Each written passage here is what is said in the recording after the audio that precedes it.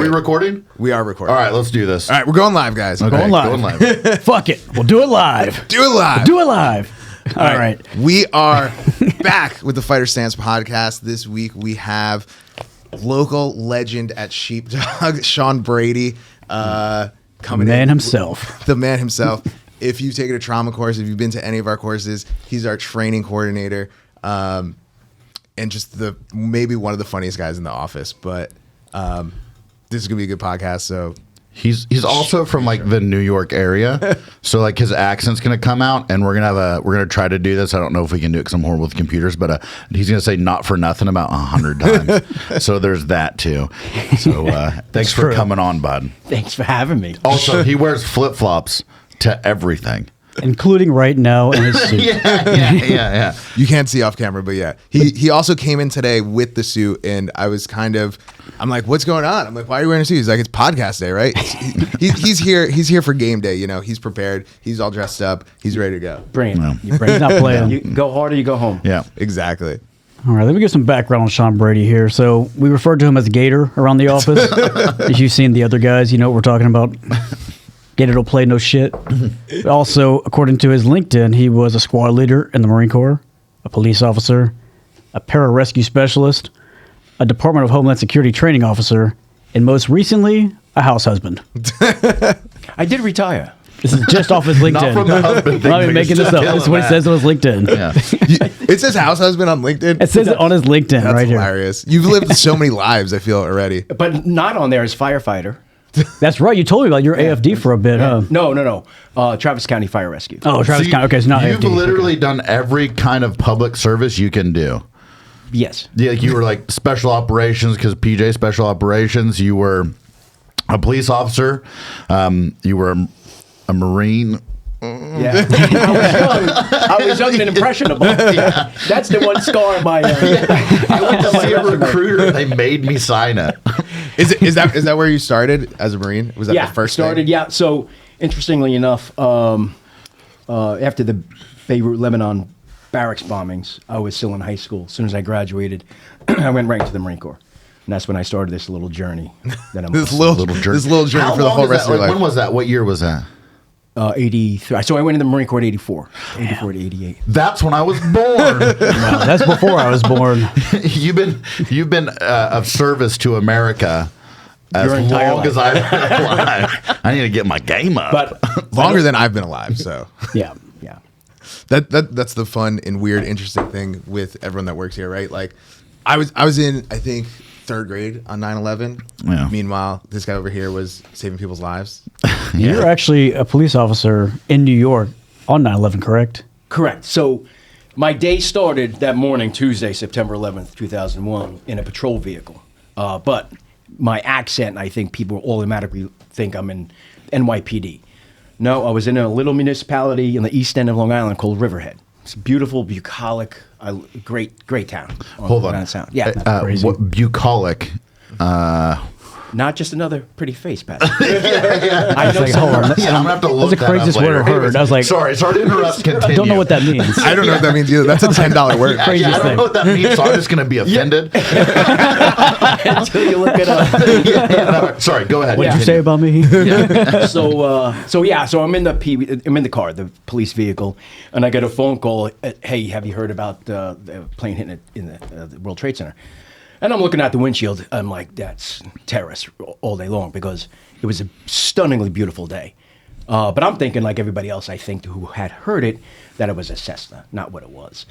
But we had pagers back then, and the section, we call the PJ team room the section. The section pages me 911, which means report to get your ass to the base. Yeah. At the same time, headquarters calls me up and says, respond to headquarters ASAP. So I'm like, okay, something's up. Yeah. By the time I got to the headquarters, we had a TV in the radio room. The second plane had hit. My sergeant had said, who was now the captain, he looks at me and just goes, go. So he knew I was going. So ran to the base. Unfortunately, by the time I got there, we get all our gear, there was a ground stop. Nobody, but there was only 2 people flying, President and the fighter jocks. That's it. Even us, the Air Marshal, we're 61 miles from downtown Manhattan. We couldn't get there. So devised a plan, got in our vehicles, and drove to, a lot of us were cops or firefighters, like myself. So we knew aviation guys in the NYPD. So we drove to the Brooklyn, their aviation unit, and they flew us to the South Street heliport, dropped us off, and then we humped it into Ground Zero. And that's... Damn. And that's How far was that? From where you got dropped off until you went in? I kind of don't remember. I mean, everything... I mean, it was 3 years ago. 100%. Yeah. So, and a lot of it blends in. I even had to ask a buddy of mine, PJ buddy of mine, like, we did fly, because I didn't want to misremember, right? I didn't want to be that guy. Yeah. So we did take NYPD's helicopters into the city, right? And he says, yeah. I can't imagine you getting the city any other way at that point in time. And well, Right, they locked everything down, I'm sure. no tunnels, no bridges, no nothing. Yeah. You weren't getting anywhere. So How was that? Like, so everybody, they talk about like the air quality and how everything wasn't like chaos down there. And you like Ground Zero. So like, one of my goals I want to do next year is I've never been to New York, and I want to go visit the 9/11 Memorial, because it like that like changed the like outlook of my life. From when that happened was like when I started like my journey, and that changed my 20s and my 30s. Like I was now in the Army, and now I'm fighting a war. Like how was it to be there on that day? as bad as you could imagine it, it was worse. So we went from the South Street, the helipad, we humped it in. People don't realize the World Trade Center is not just 2 buildings. Yeah. It's a myriad. I think there's 7, 8 buildings. Mm-hmm. They were all on fire. When I tell you everything was burning, everything was burning. The smoke, the dust, it was. We had masks on, but they're like, you couldn't. You're not wearing a mask. So. Were they better or worse than the mask they gave us for COVID-19? About the same. Same thing. They worked about the same. Yeah. So they worked about the same. So yeah, we spent the next couple days, all day Tuesday night, all day Wednesday night, and then Wednesday night / Thursday morning 02. We're like, we got to shut it down. And then they had this at the South Street up. They had us at the Chelsea Piers, where we could rack out. That's where all the first responders were. So if for everything awful and terrible, there's a little bit of good. So I can't sleep. And no one was really sleeping, but we had to just shut our eyes. So I go out the Chelsea Piers, and I'm overlooking the Hudson or the East River, whatever's on the Chelsea Piers. I think it's the East River. And there's a gentleman. I look the way I look. I'm in my BDUs. I'm covered in this dust. You can cuss. It's okay. Yeah. I still have my harness on. And he's a older gent, bald, squatty, smoking a cigar. He goes, "You were down there?" I go, "Yeah, I was." And conversation ensues. I kind of really don't remember it. Excuse me. But he says, "Where you staying?" I go, "Right here at the piers." He goes, "No, get your stuff, and I got a place for you to stay." I'm like, "Well, it's not me. There's 8 of us, so I'm just gonna leave my team." He goes, "Go get you guys, get your gear, and I'll meet you here." So get our stuff. I said, "Men, we got a place to crash. Let's go." Met this guy. So he walks us to this boat. But the first thing I see on this boat is a helicopter. Oh my God! On a helipad. This isn't just a boat, then. It's a yacht. It's a yacht. It's a yacht. Wait, what did you call it? A yacht. A yacht. Yacht. Yeah. A yacht. I enunciate all my vowels. Keep going. Keep going. He knows $10 words. Don't call him out question on him. how he But he pronounces can't words. pronounce a dollar word. Welcome to my life. So first thing I see the helicopter, then I see the boat, and then I see a woman who ends up being his wife. She leaves running into the boat, crying. I'm like, okay, this is gonna be a thing, right? So again, we look like shit. We look like the way you think we would look. Yeah. We go in, and he shakes our hand, gives us a hug. I mean, this guy probably wouldn't give us the time of day in any other circumstance. Yeah. But I'll finish about the boat. But there's 2 things I would like to go back to. But so she comes out, she's crying. She has a full platter of fruit, bagels, champagne. She was crying because of how we looked. Yeah. What we did. And I think about it all the time. I think about it probably too much, but there's 2 days I would think about all the time. And that's September 10th, what was I doing? September 10th, 2001. Carefree, happy. I was a cop by day, PJ by night. I had it made, man. It was a great life. And then September 12th, I wish we could all go back to the country that September 12th was of 2001. I remember, because I'm from a small town in Kansas, right? Already patriotic. That happened, like American flags everywhere. Like you've never seen like so many people that we were already pretty close. Again, a small town, but so many people like came together across America. And then you look at like what it took for that to happen, and then like where we're at right now. Exactly. That's what I mean. It, like I said, those people, wonderful, beautiful people, but they never would have said, "Hey, come on my yacht and I'll feed you and give you booze and stuff." It just was. So yeah, in the awfulness that event was, there was a little bit of nice. Yeah, that was definitely the silver lining. Everyone seemed to like come together. We had like one enemy, right? I guess for lack of a better word, to drive us all together. And it was such a different time, especially in the Northeast, right? I'm from New Jersey, so even though I was only, I don't know, like 10 or 12, like you could still feel the energy was completely different. And that's because, we were right there. I remember like people being pulled out of school because like no one even knew what was going on. Right. But yeah, so just the whole environment and, being that close to it is very effective. Yeah, how far were you from it, like in New Jersey? So I lived right outside the city. I could, without traffic, be to like Midtown Manhattan within like 20 minutes. Oh, wow. So you're So where I actually lived, right, where my grandpa lived, you could see the Twin Towers, like, because it overlooked the city. Wow. So not that far. So what, like when you were down there for those 2 days, right? 2 days. Well, no. That's just the beginning. So that was just for those initial 2 though, Yes, when everything go was ahead. going crazy. Yeah. Like everyone talks about like I was there, but what exactly were you like? If everything's already collapsed, like were you just digging through rubble? Were you evacuating people who got injured from the things, or like what was like your role in that? So when we got to the pile, when we got downtown, so a red helmet firefighter, that means he's a officer, supervisor.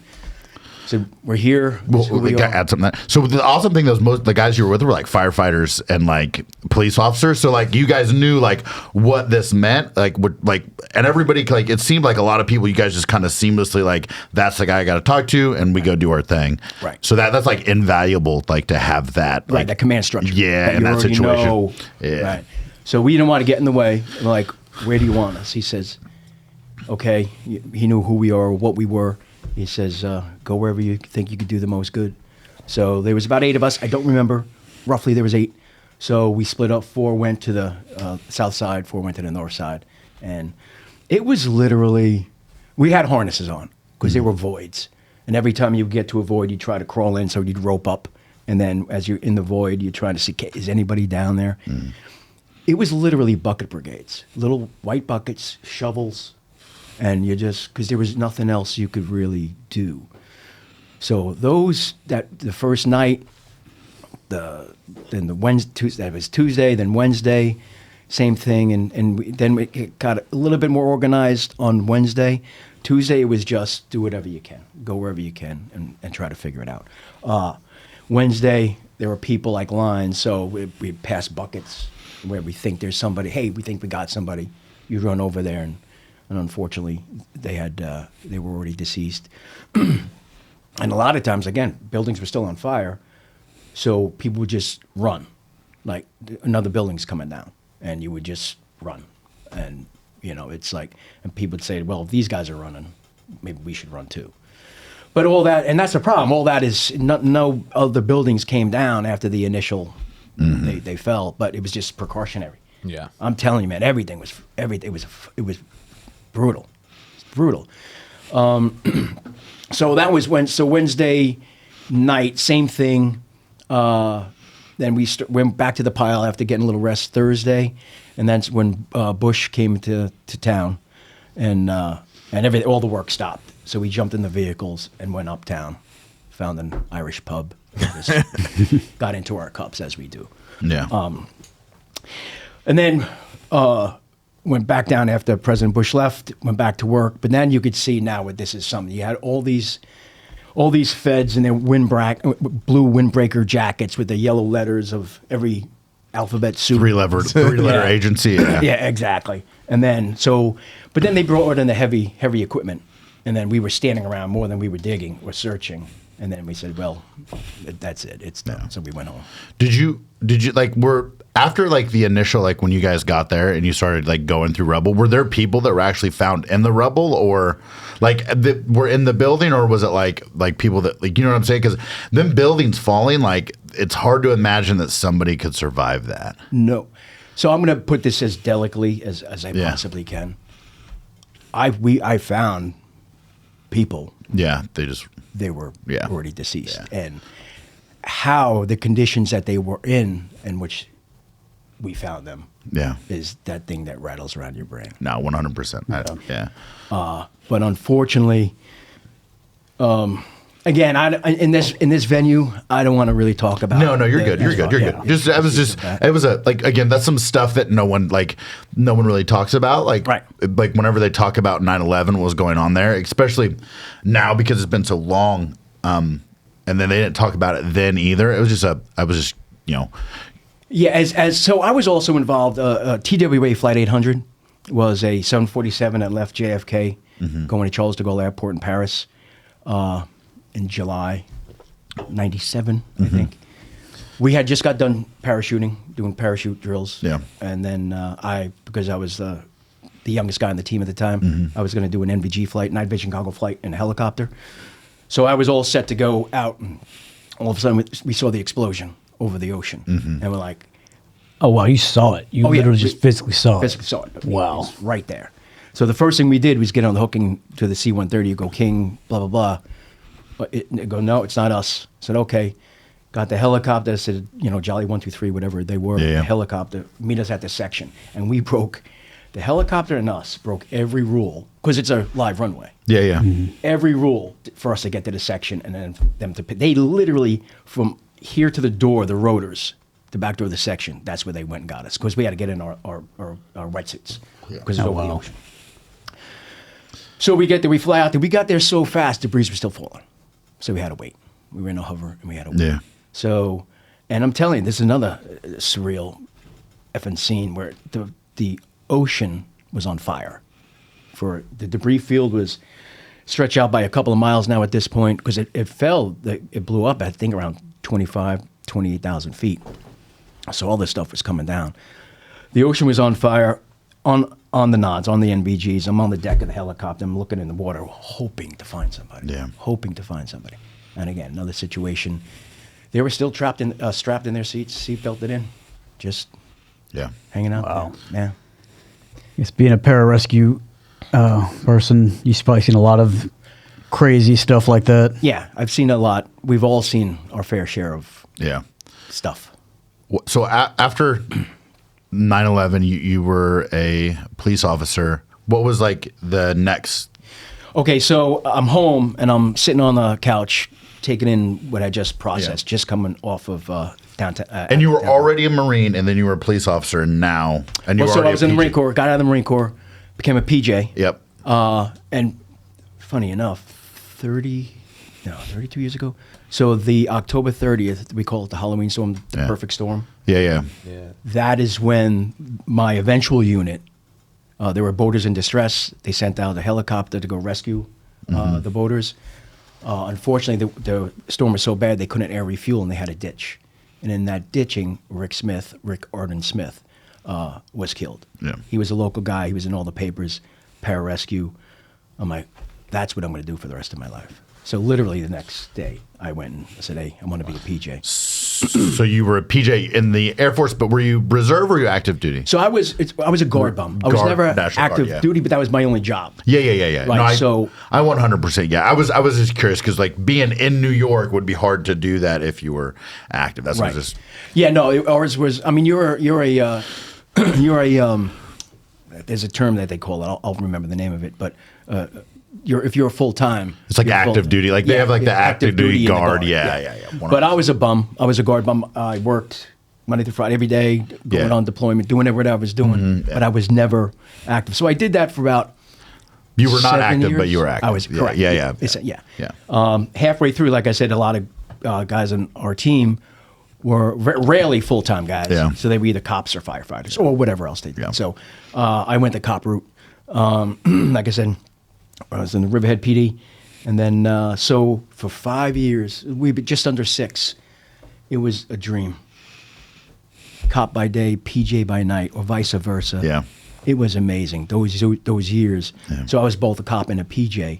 And then after 9/11, come home, I'm on the couch processing all this stuff, and then the Federal Air Marshal Service called and said, "You want a job?" And I said, "Yeah."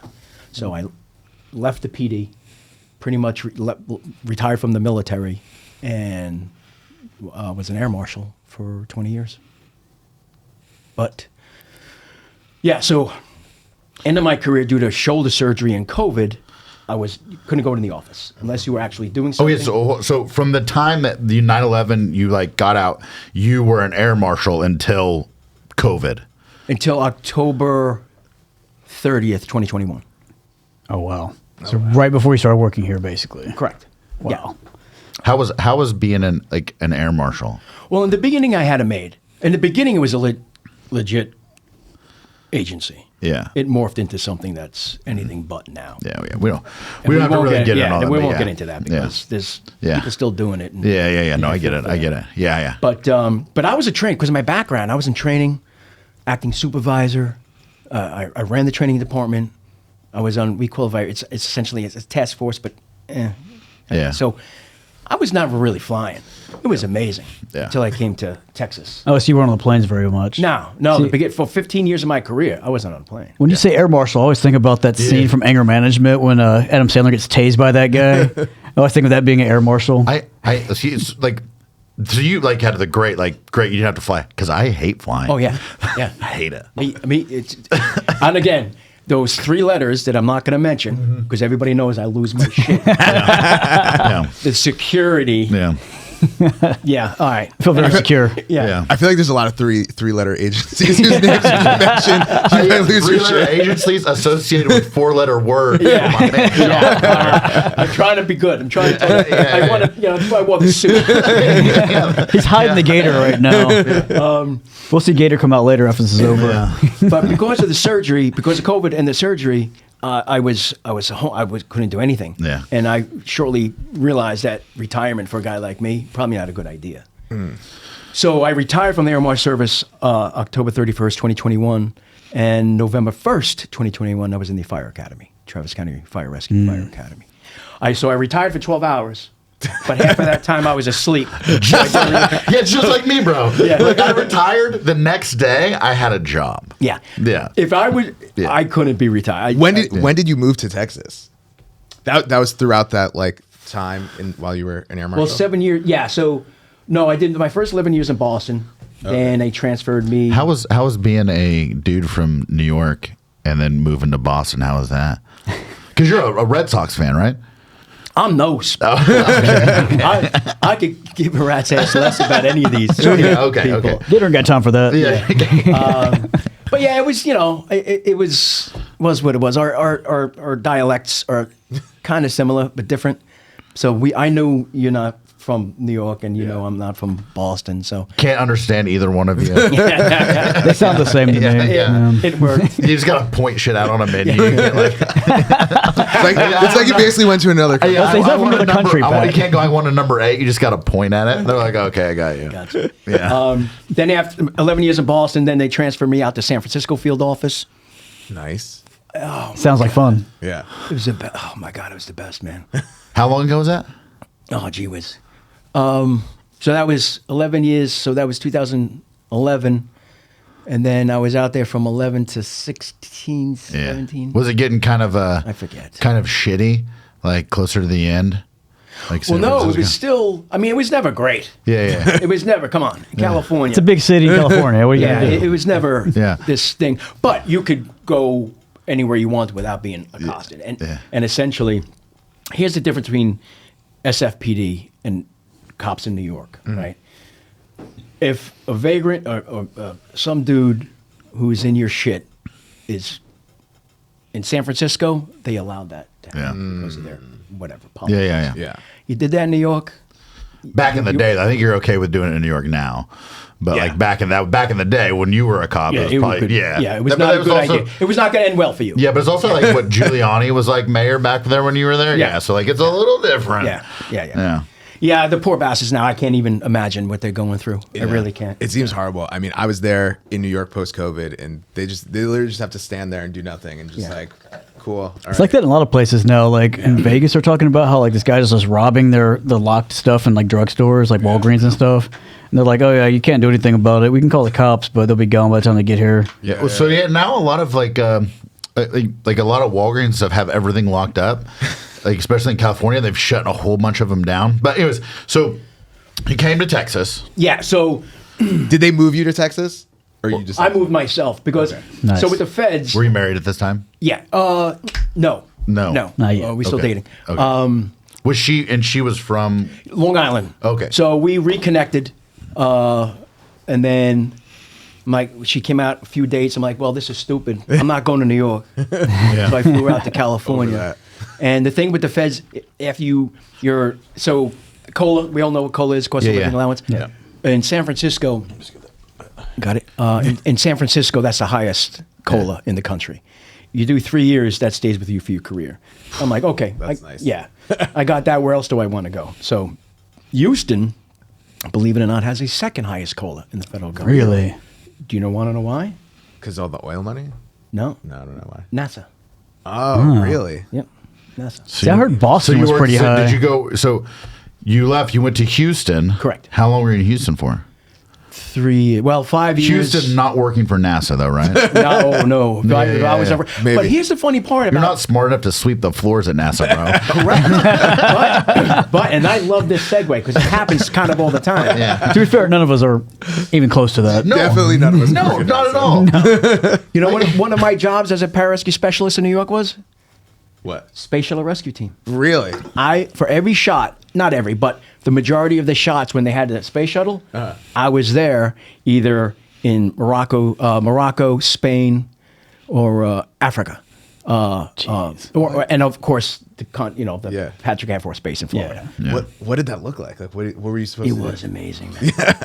Because that's a story that I feel like is like no one has insight into space flights. Yeah. And people in the military always are like they get like Morocco, Spain, like all these cool places.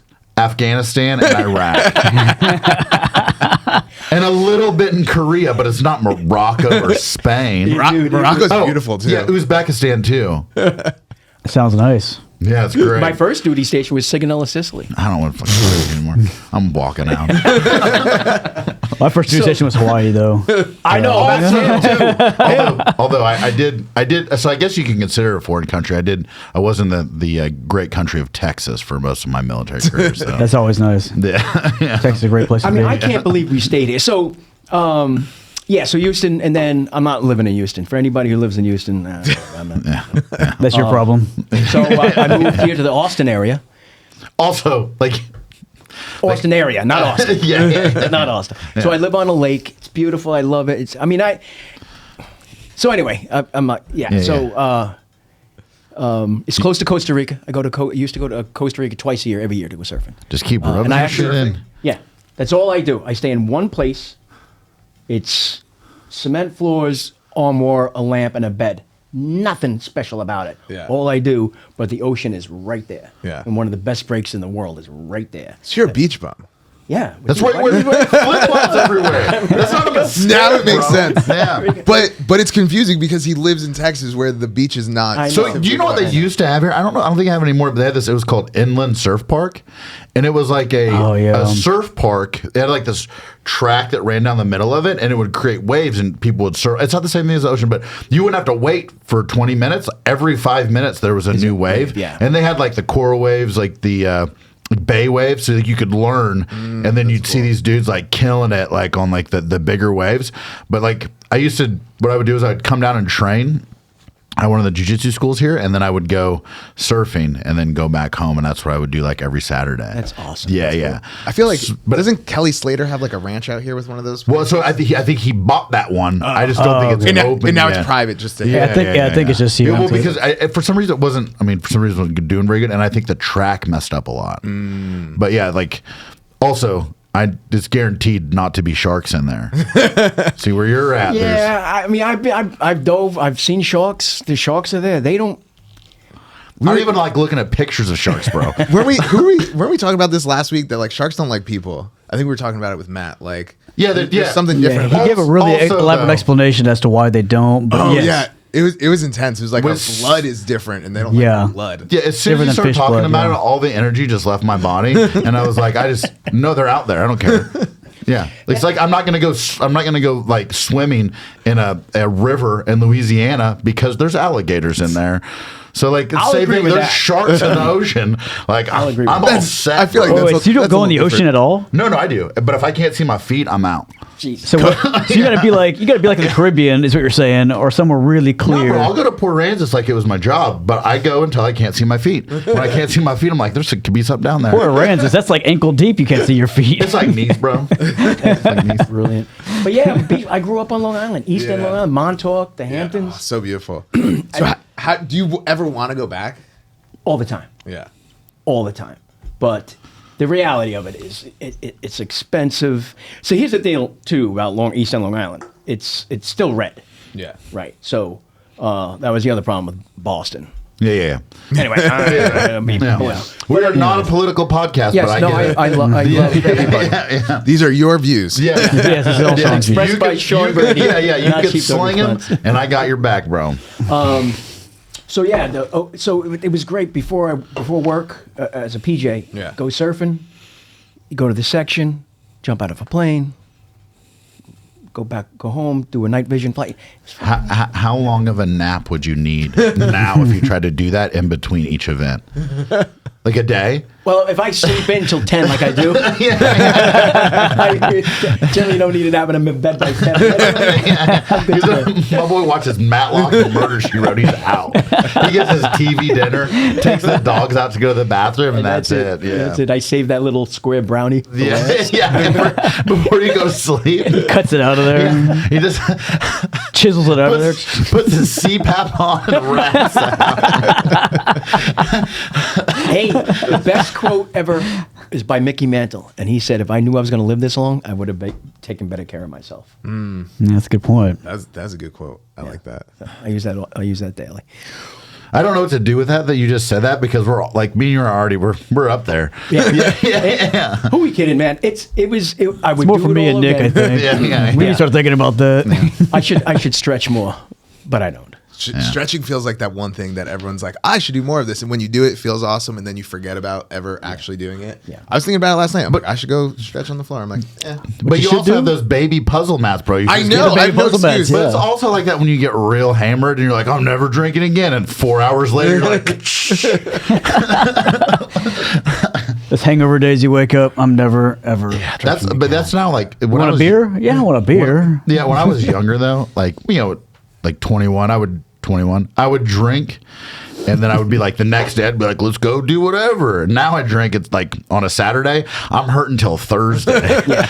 I'm like, I gotta hydrate.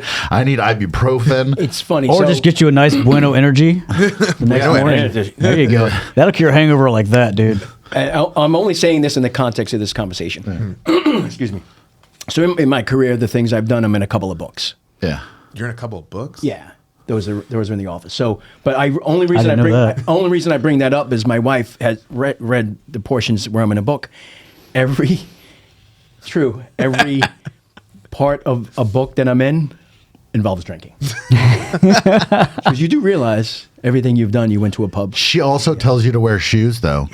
So, like, we got to take everything. I know she's your wife, but like, you gotta be like, I understand what you're saying, and it's for like, it's for me, right? But you also told me to wear shoes, so that's on. She's a sweet lady. Yeah, she's awesome. Yeah. So Sheepdog. So how did you acquire your job here? Dumb luck, but it wasn't luck.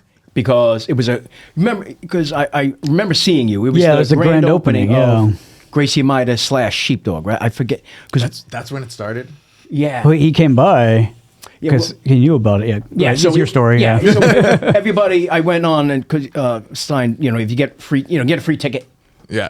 So, but it was a grubby, cold, crummy day. Yes, that was a terribly cold day. It was rainy, February. It and was March. freezing. Yeah. It was like March, but it Yeah. was weirdly cold. Great day to open a jiu-jitsu school. Yeah. So I'm like, I'm following Sheepdog, Matt Smith, Yako. Did you know who they were before this? Through the context of Got it. Instagram, Got it, I got never it. met him. I never knew Yeah. him like him. Same, I same understand. thing. Yeah.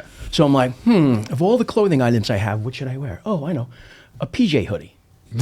So I'm in. We're Just milling- throwing that out there. Just throwing that out Yeah. there. And then Matt. Just so you big guys deal. know. It's 30 degrees outside, but I was just wear a hoodie though. Yeah, it's 107 outside. You know what I wasn't wearing? What's that? Shoes. Yeah. I was say he was wearing slippers too. I'm pretty sure. Yeah, I was. Yeah. I was. So he sees the PJ logo. Yeah. We have a conversation. Blah blah blah. Short, You mean Matt Smith? Matt right? Smith. Yeah, Matt yeah. Smith had seen the logo. Have you ever done any instructing? I said, I've been teaching firearms and stuff for 20 years. Goes, you want a job? Oh, yes, sir. Send me your resume. So I was still a firefighter and instructor. Yeah. So I would go like a contractor, I guess you would Yeah. say. But shortly thereafter, because of the growth of the company, they said they put out an email. Anybody want to be a training coordinator? And I wrote back. I said, yeah, I can. I did similar to that with the Federal Air Marshal Service in San Francisco, and I resigned from the fire department. And now I'm here full time. That's awesome. So when was your house husband gig? Like, when did that actually happen? Did that ever really happen? That or was 12 hours. That, In the that 12 hours? Okay. It was those 12 hours. It's one day on LinkedIn. 12 hours. But How long have you had this job? 12 hours. I'm also baffled that like almost the way that you got this job is through basically Instagram, kind of. In like Well, it's networking. He came to do a networking yeah. event, is what happened. But Like we didn't reach out to him that's for through sure. through Instagram. That's fair, but Yeah. it's very impressive knowing Sean that like technology was a key factor in him getting involved. That's a good Sheepdog. point. Yeah. yeah, I'm not good with. Yeah, he's not good at technology so much that he doesn't trust shoes. Those are too new for him. Yeah, he goes full primitive. Like his He's slippers, barefoot half the time in his office. If you go walk by his office, he's like walk around if you without his ask shoes my, on. my wife at home, barefoot. Oh, for sure. 99. He's got them surfer feet. I'm the same way though. I don't like socks or shoes like when I'm in the house. Do you know one of my biggest pet peeves in jiu-jitsu is when people walk on the mat with socks? That's weird. Yeah, I hate it so much. And like being in the army teaching combatives, guys would walk on the mats with socks, but like, take those off. They're like, well, my feet, blah, blah, blah. I was like, I don't care. Get off the mats, bro. That's weird. It also just seems more dangerous, right? Because You'll slip You and- have you're way less grip. But people think it's like the socks will like protect like the germs and stuff. But no, like when people sweat, now those socks are absorbing that, and then you're bringing that all over the mat instead of leaving it right in that one spot. Right. That makes sense. So yeah. I'm with you on the socks. Yeah. Yeah, I've seen guys wear like up when I lived like in St. Louis and Denver and stuff. Like guys would like start off the warm ups with the socks on just because it's free. 0 degrees there. So I get it a little bit. Yeah. I never did it, but I saw guys doing it. I was like, I kind of get it. What if you have like the jiu-jitsu wrestling grippy socks? I guess that's okay because they're made for that. But all if you wash them though, think about how many dudes who wear like a knee sleeve and they never wash it. Ugh. The grippy sock things are Oh gonna my be the God. same way. You know those guys who like don't wash their belts either? Gross. Who would that be? I will never wash my belt. Right? It might be how the zombie apocalypse happens if I throw back on my original black belt, but I will never wash my belt. I'm pretty sure if you wash your belt, you lose all your skill. That's It's not what I've skill, heard. it's power. Power. Got Power. It. Got it. Power. All his power ups, like the energy bars just go Oh, down. yeah. All his mana goes down. You restart the journey. Yep. That's funny. Yeah. Yeah. Wash your belts. Or don't. What? I don't know. Don't I would wash say your wash your belts. belt. I do it sometimes. If wash I get your like belt. really hot mean- and sweaty and it sweats, if it sweats through my gi onto my belt, then I wash it. I wash my belt like maybe like every 2 weeks or so. I sweat so bad that I would have to wash it every day. I just hang it up, bro. I mean, I hang it up every time too, but I hang it up and then let it hang up every time between, So- and then yeah. You're a white belt in jiu-jitsu. One stripe. One stripe. My bad, bro. My bad, bro. He's got a stripe. Yeah. My bad. But- White belt in jiu-jitsu, black belt in life. Yeah. He's so committed though. 2 years in a row, he tried to go to Origin, Maine, the camp. Didn't make it either time, unfortunately. Yeah. Well, the first time you guys just hired me. Yeah. So I'm Yeah. thinking I'm not going to leave and say I'm going to leave for a week. But here's a great thing about Orange. She goes, hey, you know, if you don't mind, but like this, what do you do? I was like, well, I just got this job with the Sheepdog Response. She goes, oh, I'll roll you over till next year. But this year, Which is this year. Yeah. this year, I this year, yeah. I have a torn shoulder, so I'm waiting for surgery. So my third. Third time's a charm. Right? Third time, Right. third shoulder surgery. Third shoulder. Third. Ooh. Oh, jeez. When do you know when that's gonna happen? How'd you hurt your shoulder this time? Teaching Pro 1 in Chicago. Yeah. Chicago. And I didn't feel it when it happened. That was crazy. I'm like I'm still going. But then I was driving the rental, and now how you throw your arm on the door. I'm like, oh. Hey, so from now on, when you go to a Pro 1, just bring me with you, and we'll be like Master Blaster, and like you just sit on the side, you like keep time and stuff, and you'd be like, Miller, go get that guy, and I'll go. That's literally Pat's whole job as a violence advisor. Is he just goes like beats up the people. The bigger people, yeah. If you're a bigger dude and you come here, we're fighting. That's awesome. Yeah. I think after Vegas is because SHOT Show. Vegas. Got it. It's a good call. Because if Oh, I- SHOT Show is going to be crazy. Yeah, You went last year, didn't you? I went last year. Yeah. Oh, Yeah, my I want to God. go again, and that I'm not. I don't expect to go and work. Yeah. If I can't work, if I'm in a sling. Yeah. So yeah, I think I'm gonna take my RV out to that. Like I've never been. I've been to Vegas a whole bunch, but like Tell us about your SHOT Show experience, Sean. That seems like You know what the worst experience in SHOT Show was? Because I'm new. all of it. No, I haven't heard one good thing about Shot Show. Oh my god! It's great. Have fun, Pat. You guys, I'm sure it's a great experience. Everyone should go buy tickets, get booths. Everybody have a great time. Yeah. It's gonna be awesome. No, I mean working SHOT Show. Yeah, To be yeah, fair, yeah. to No, yeah. clarify, Okay. I mean Yeah, yeah, working that's SHOT okay. Show. Let's- Going as a attendee, it's got to be awesome. But Yeah. going as a Sheepdog Response employee, working, I mean, You're working. you're working. Yeah. The whole like yeah, tell us, Sean. 10 days. What's it like when you're working? Yeah. Well, not again. I almost said it. not for nothing. now we forced it. Yeah, yeah. Honestly, the count's way lower than we thought it was going to be. It's Yeah. one. He just said it because I said it, which doesn't really count. So here's the deal. So I think he watching said. I think he himself. said it at least once yeah, before. yeah. So Sean, he always says not for nothing, and when he gets worked up, he'll say it like 2 times in a row. That's the problem. We haven't Yeah. really gotten him that worked up. Yeah, we went to Yeah. a coffee shop and something happened, and like the somehow the driveways didn't connect, like so you had to like drive around or you had to go back out on the road. And he was like, not for nothing, that driveways that connected is what kind of bullshit is this? Oh my god, bro! It's not the people in the I coffee wish shop. we had that recorded too. It was Yeah. wonderful. Yeah, it was oh my so god, like that it was perfect. New York accent came out so hard. I was like, oh my god, bro! But it's true. It's a brand new facility, brand new parking lot, abutting another parking lot that you can't fucking drive through. I hate Yeah, it's that. not Go connected. around. Yeah. And it's on a one-way street too. So you got Yeah, so when we were at the Rogue Invitational this weekend, I heard not for nothing like 15 times. We kind of got rained out the day Sean was there. Yeah.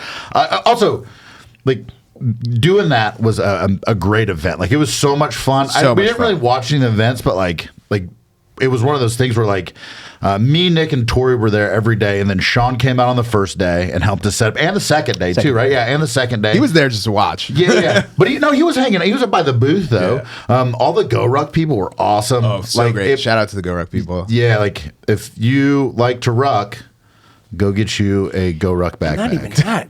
Their products, the things, the sandbags, Yeah. are epic.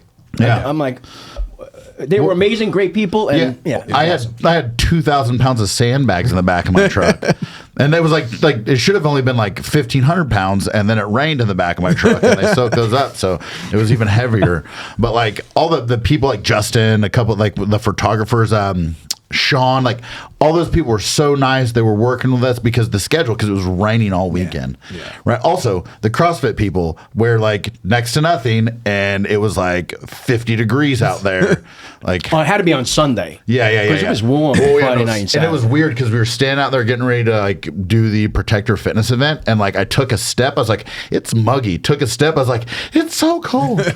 It literally, it was right as we were finishing, like our time slot was over. This Yeah. black cloud rolled in, and it was just a gust of ice cold wind. And me, like an idiot, was wearing shorts and the little polo shirt, which gives you no warmth, because like the day before I got sunburned and it was like 85 degrees. Yeah. You got sunburn on Saturday? Yeah, I don't know if you can Jeez. tell, my face is like a little red. No, it is a little red, isn't it? We can Photoshop that now. Yeah, we'll scrub it in post production. It's fine. No, sure. but yeah, but it was awesome. Like they like all the booths that were there, everybody was cool. Like we had people come up and do our event. Our event wasn't easy. Like that first one, I guess it was Saturday. No one was really coming by because like kind of where we were at. So I was like, I'll do it. Maybe if I do it, maybe I'll bring some people in. So I did it. Should have stretched. You know, a lion doesn't Back to stretch before he stretching go again. tackles a gazelle. Back to the Right. stretching. But I don't know. You ever see lions? I feel like they do a lot of downward dog. I'm not a lion anymore though, bro. I did that and it was like I know you're the lioness. yeah. He's a lioness. I forgot about that. Yes. Every podcast, this guy right here gets a. Oh yeah, thanks Tim. Every podcast, this guy lioness. gets a zinger on me. But like, so I did it with like 30 with a 60-pound sandbag. It was like 10 cleans, 10 thrusters, 10 back squats, and then escape the mount, and then 10 sandbag over shoulder, and then you shot using the laser targets, whatever the ones that Tori has. And, Also, so good thing that you like made it easier. You guys had like 3 other movements. yeah, we People dropped it would have down. never made it. No, we dropped it down. And it's again, everyone that did it, like, I'm not like I know that like what normal people look like, and everyone that was at our booth, like Sheepdog, didn't look normal. Like it was like me and Matt, some huge dudes. It was Nick, and then you were there, and then Yako the last day, and then Tori. So like the people that came up there and did it was like huge props to them. They're very brave. Yeah. Definitely a few people, as I was talking to them, trying to like get them to come do it, they were very nervous about the whole like Jiu-jitsu thing? jiu-jitsu. Oh, yeah. portion of it. Yeah. Which also, I guess, makes sense because it's the least related to everything else that's kind of going on there. But also, I feel like it's the most important. Oh. Like the fitness. So here's the thing is, if you look at, so we shoot and we grapple, and then like those are like for me at least, those are my 2 main things. And then like I go to the gym. But after I did that workout, I was like, maybe I need to start doing more functional fitness stuff. So that's gonna happen. But back to what you're saying, right? The combatives in the jiu-jitsu portion is the most important. I remember Matt saying that when we were running it, one of the girls was like, "Oh, like if that happened in real life, I would have just been raped." He's like, "No." He's like, "This is why you have to do it." He's like, "Now I told you how to get out of this, and now you're that much better going forward." So hopefully it was eye-opening, and I think that was the whole point of what we were trying to do, was to show people where they're missing the mark and how hard, if something would really happen, how hard it would be to actually stop it. And I think like, so there's a guy named Jason Kaliep, who's a big CrossFit guy. Like he was A guy who's just a CrossFit champ. Yeah. No And big but deal he guy. started like getting like real like deep into jiu-jitsu, and I think he's a purple belt or a brown belt now. And he's one of those guys that like he's in it, and he's super fit. Like he did a competition because they had like the Legends division, and he did this competition. It started at like 12:07. It was over with at like 12:14, and he was on the mats at like 12:28. Yeah. We're like 12:21. Like he ran over from the CrossFit event that he just did, which was, I'm sure was rough. Ran out there, threw his rash guard on, was like, "Teach me something." I'm like, "Oh my god, bro!" Like, Yeah, you did like a whole hour private with him almost. Yeah, and then he rolled but in the halfway through that he rolled with Tim on the mats. Like I burnt all the arm hair off the back of my arm because it was 1,000,000 degrees. Those mats were so hot, and we're famous for like ruining canopies. So they had us put the canopy, the Go Ruck canopy, on the mats, and I put like cardboard so it didn't mess the mats up. But like Tim and Jason started getting close. I was like, "Oh, I'm gonna stand here because we're not gonna ruin this canopy," because we go through like every protector one, we like go through a canopy. They're held together with like sticks and tape. Yeah, they don't make them very well. Let's be real. They're not well There are made. more broken canopies in the warehouse. Yeah, and there are that work. Yeah, like I feel like we should just take them to like a scrap yard and get money for them. them Yeah. because Like, we have like $5 for this thing. yeah, To be fair, though, I think Towards the our reason next that cheap most of them canopy. are broken is because Yako's goal is to put someone through a canopy every protector. Hey, That's a good come to point. Protector One. We won't put you through a canopy. It's like pro wrestling, right? Yeah, exactly. It's just like pro wrestling. Yeah, but you see the videos of it, and people keep coming. So there's that. So let's. So again, it's like a lifestyle MMA podcast, combat sports, and let's talk about the Ngannou and Tyson Fury fight. A couple things. I was so happy when Sean texted us about it as well, by the way. Yeah. So And I got nothing back. because we were going to sleep because we had to get up and be there early. That's right. We were working all weekend. Yeah. No, the thing of the build up to this fight, like I don't feel like there was a lot of trash talk. There was a lot of like heartfelt, like Mike Tyson is training Francis Ngannou. Yeah. And Tyson Fury got named after Mike Tyson. And then Tyson Fury's dad is like I named my son because of you. I used to I didn't have electricity, I didn't have anything. I had a little generator, and I used to start the generator up at 3:15 in the morning because that's when the fight would be happening, and that would run my TV, and I would watch you fight, and then I would go to work. The story behind this fight was amazing. Plus, and then Francis Ngannou story where he was like escaped or worked in a sand mine in like Africa, and then he like escaped to Paris like a couple times. Like they kept shipping him back, and then he finally made it to France. Finally made it to Paris. Was like living on the streets, and then started training at like an MMA gym, and became the UFC heavyweight champion. And then there was that fallout between the UFC and them, which I still want to see Francis versus John Jones. And then he gets the best boxing fight that you can get against the best heavyweight boxer.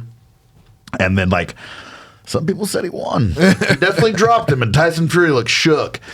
Like the fight, like again, we talked about this before, but a boxing match is a quarter of a fight. So for me, just to watch like boxing, like it's a little dull for me, but it was a decent fight.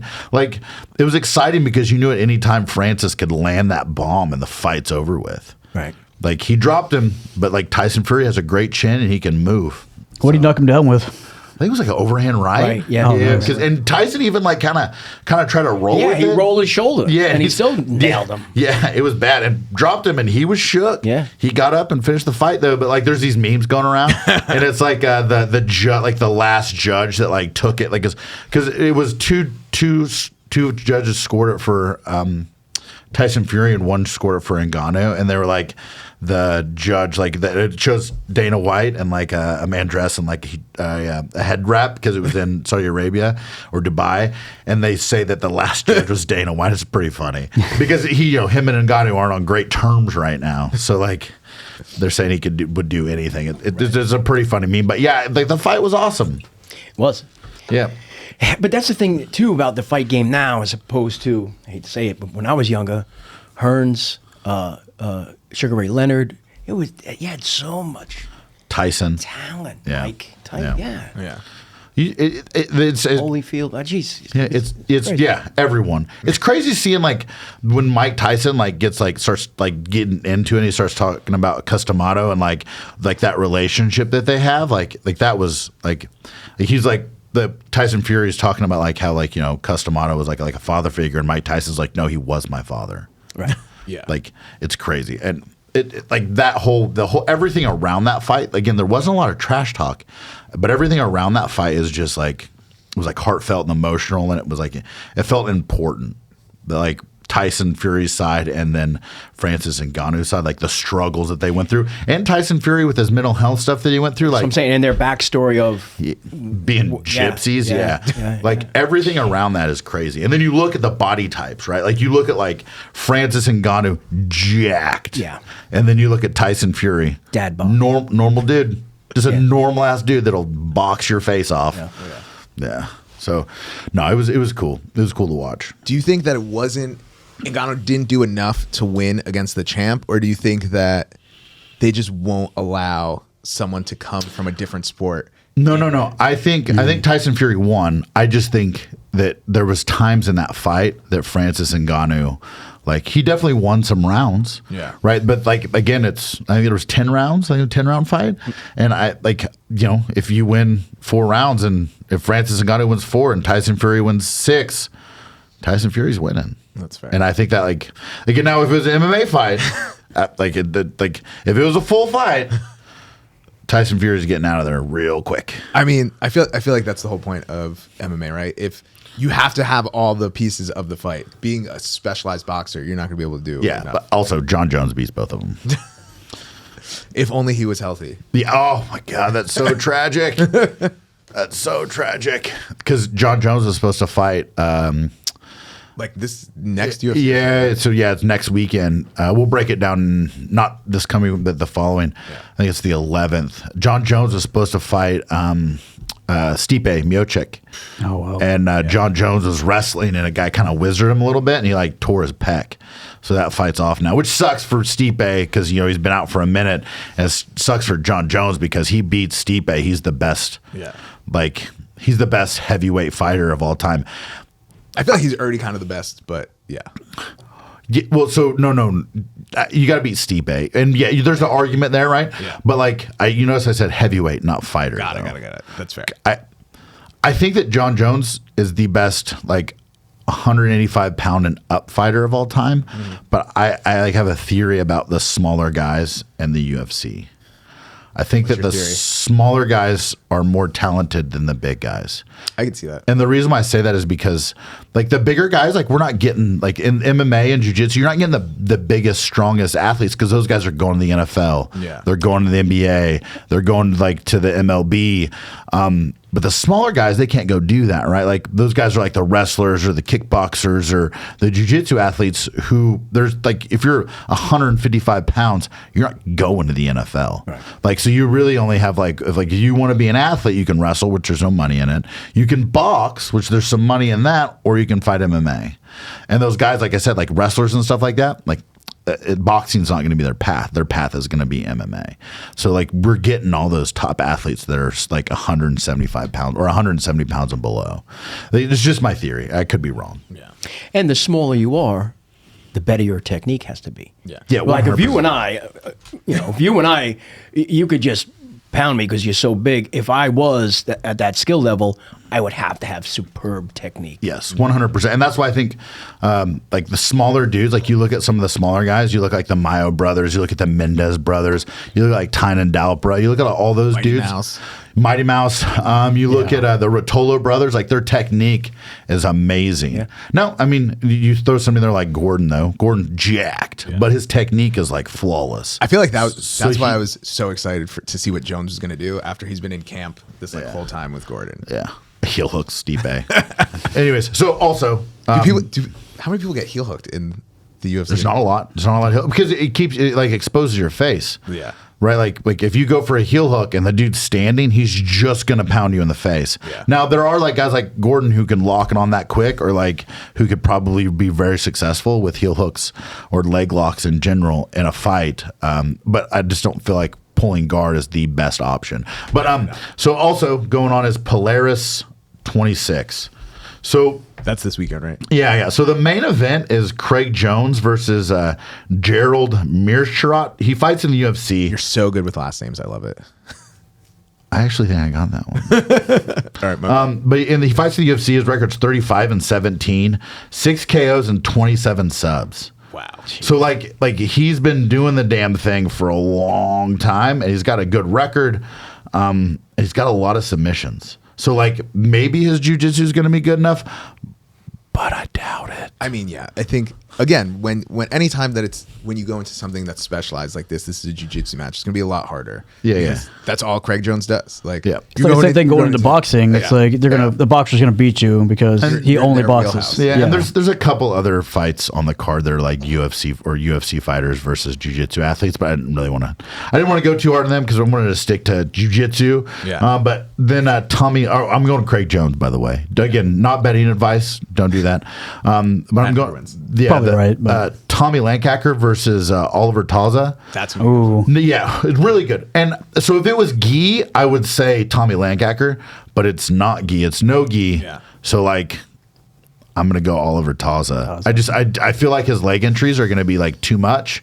And again, Tommy Lackaker's like a gi guy. Yeah. So no, maybe he's been working on it, but I don't know like how much time it takes to like, to bridge that gap of the leg entries that Oliver Taza is going to throw down. It's especially, again, like we're talking about, when you specialize, all Taza does is no gi. Yeah. So it's hard. Yeah. I'm gonna go Taza. I think Taza too. Yeah. Again, not betting advice. And then Kendall Rusing versus Leticia Cardoza. I don't know that one. But like Kendall Rusing, like I feel like when she is healthy and she doesn't have an injury, like when she was doing ADCC last year, when she hurt last year she hurt her leg doing that. Like she looked awesome before it happened. I just think Kendall Rusing is her wrestling. She kind of puts it on people, and her jiu-jitsu is like super solid. And I think she's been cross training a lot, so it's hard for me to bet against Kendall unless she's fighting. Like I'd like to see Kendall versus like Gabby Garcia. Yeah, like anytime there's a bigger girl. Who's really, really technical. I want to see her go against Gabby. Is Gabby still competing? I don't know. I'm not for sure. Seen her in a while. I haven't seen her. Yeah, but also I'd love to see Craig Jones versus Gabby Garcia. How has that not happened yet? Well, there's a press conference out there. If you haven't watched Craig Jones versus Gabby Garcia press conference, go watch it. It is the funniest thing on the internet. All right. Like everything, like what Craig Jones is putting out is gold. Craig Jones has really tapped the market on the comedy aspect of jiu-jitsu. Yeah, and trolling. Comedy and trolling. He is the biggest jiu-jitsu troll. But also, like the reason why he can do that is because he's super talented. Yeah. To be fair though, I like it. I think it's like refreshing instead of just the bravado of like I'm the best, like I could beat all these people. Like he's just having fun with it. Yeah. 100%. You know what I'm having fun with? This Bueno Energy. And if you go to buenoenergy.com and you type in Sheepdog, you'll get 25% off of your Bueno Energy. Yeah. Your first order, yeah. Yep. First order. Highly recommend it. Highly recommend it. This stuff's so good. If you haven't tried it, definitely try it. I can't sit here anymore. I just finished this can. We got to get moving. Yeah. Cane Energy or cane sugar, and it's got 200 calories. Deliciousness. Yeah. Deliciousness. That's about all the time we got Yeah. today. Pat's actually got to go teach class right now. Yep. So we got to run, but you guys got anything else? No, Sean, thank you for coming on. Your story is amazing. Much appreciated. Thank you for the over 20 years of service to this great country that we enjoy living in. Well, like all of us, many of us, right? So Yeah. do it all over again. Yep. Love it. Love every second of it. Thank you. Thanks for having me. This was awesome. No problem. Absolutely. And thank you for dressing up. You look amazing. Yeah. Next time, you wear a t-shirt, you wear flip-flops, your jeans, you go in the He's wearing his flip-flops. Yeah, you go in the Sean Brady uniform. All right? All right. But yeah, so that's the podcast, guys. Thank you so much. Like and subscribe on YouTube or Spotify. And share to your friends. Let your friends know about it. Like we really appreciate you guys watching. We've been killing it on like the views, and we really appreciate that. And we're having a good time too. Yeah. That's what counts. And we hope you're having a good time too, because that's really actually at least slightly what counts. Yeah. All right. All right. Until next time, guys. Thanks for watching. Thanks for listening. Thanks for coming. Bye.